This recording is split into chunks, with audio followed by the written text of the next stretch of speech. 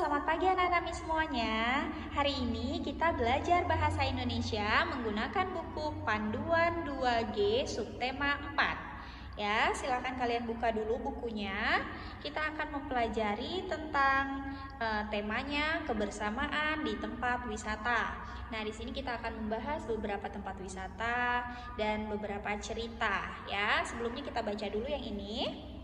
Halaman 130. Laras sedang berlibur dengan teman-teman dan keluarga. Mereka bermain bersama di tempat wisata. Laras tidak pernah bertengkar dengan teman-temannya. Mereka selalu bermain bersama. Kita harus menjaga kebersamaan agar dapat bermain dengan nyaman. Ayo jagalah kebersamaan dengan teman-teman.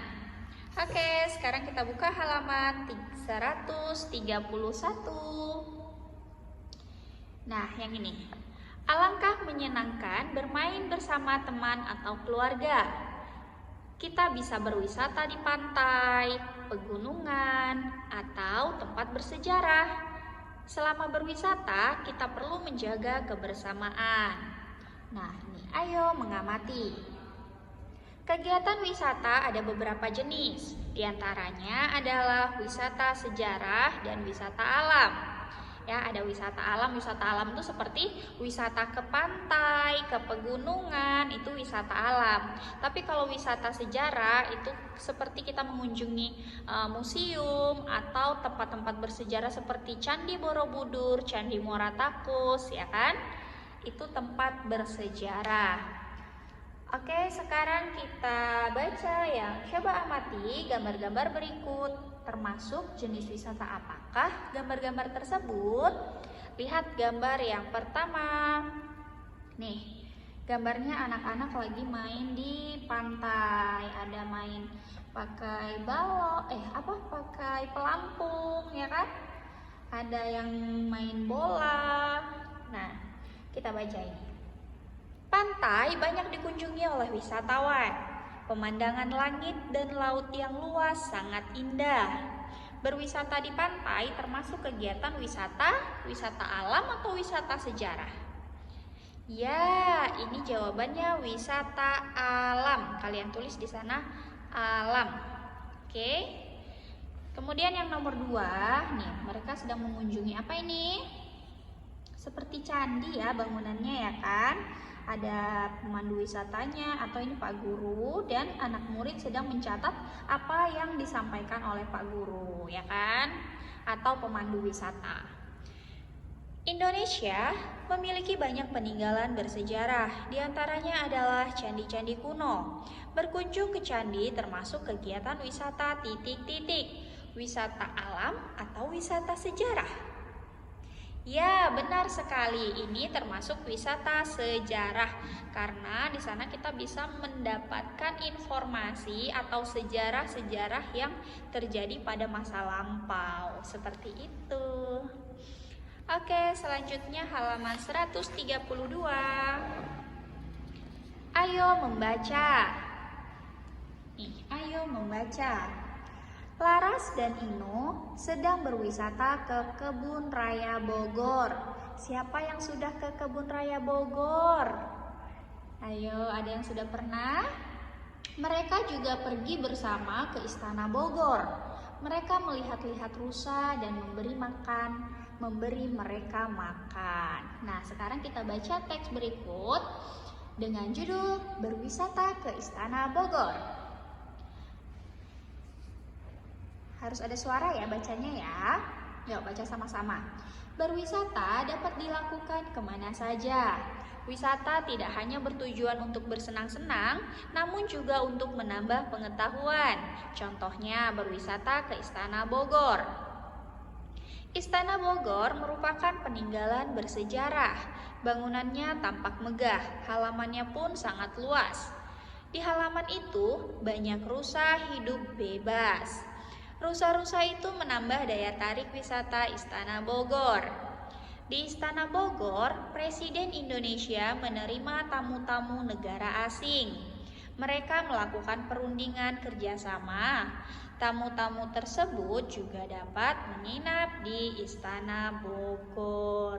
Nah, jadi Istana Bogor ini ada tamu-tamu negara asing, misalnya dari luar negeri, itu datang ke sana, tamu presiden, bisalah masuk ke Istana Bogor. Untuk apa? Untuk melakukan perundingan kerjasama. Nah, selain itu tamu-tamu dari luar negeri itu juga bisa menginap di Istana Bogor.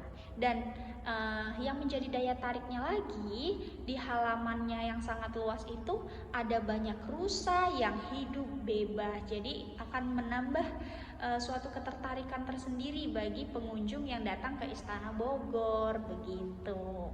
Nah, sekarang ada pertanyaannya nih. Ayo kita jawab bersama ya. Nomor 1. Apa tujuan dari berwisata? Apa tujuan berwisata?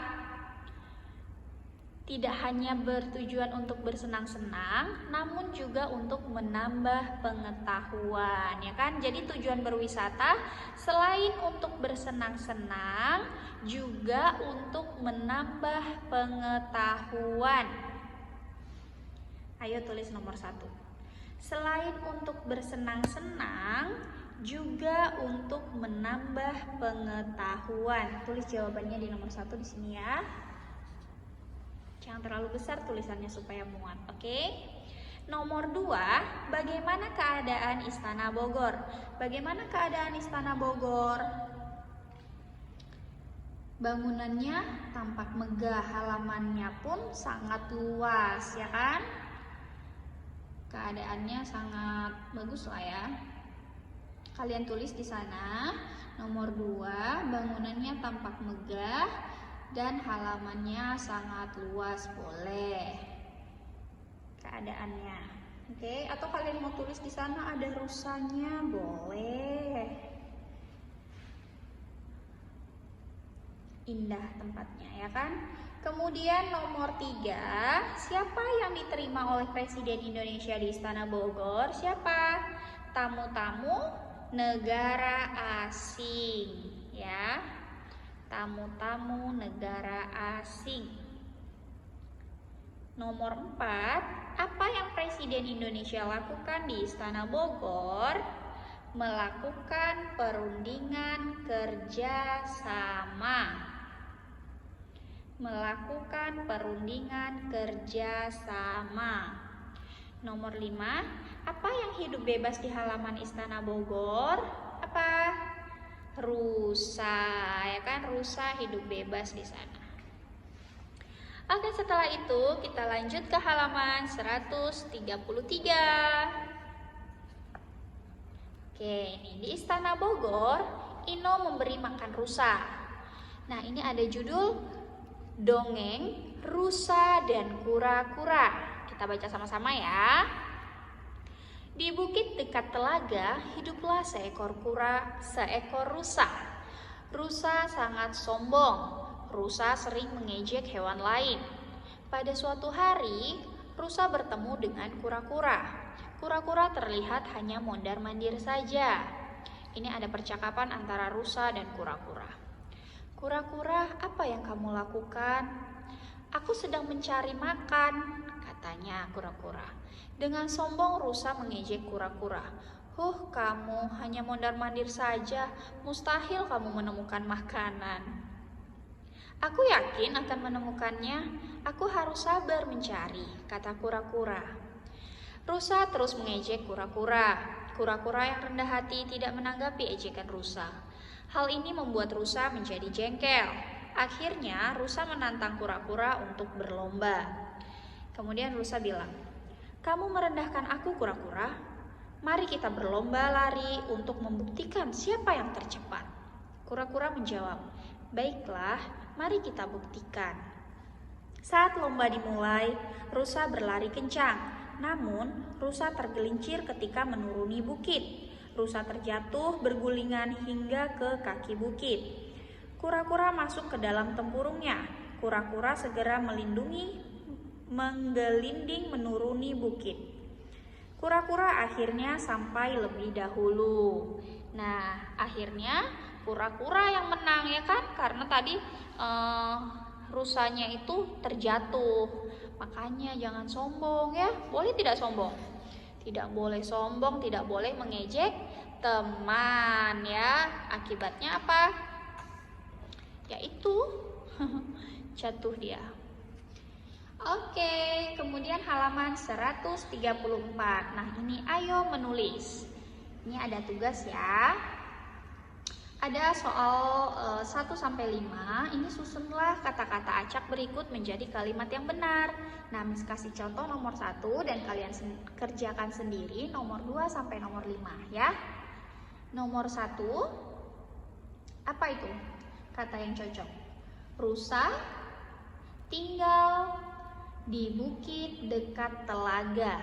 Nomor 1 itu ya.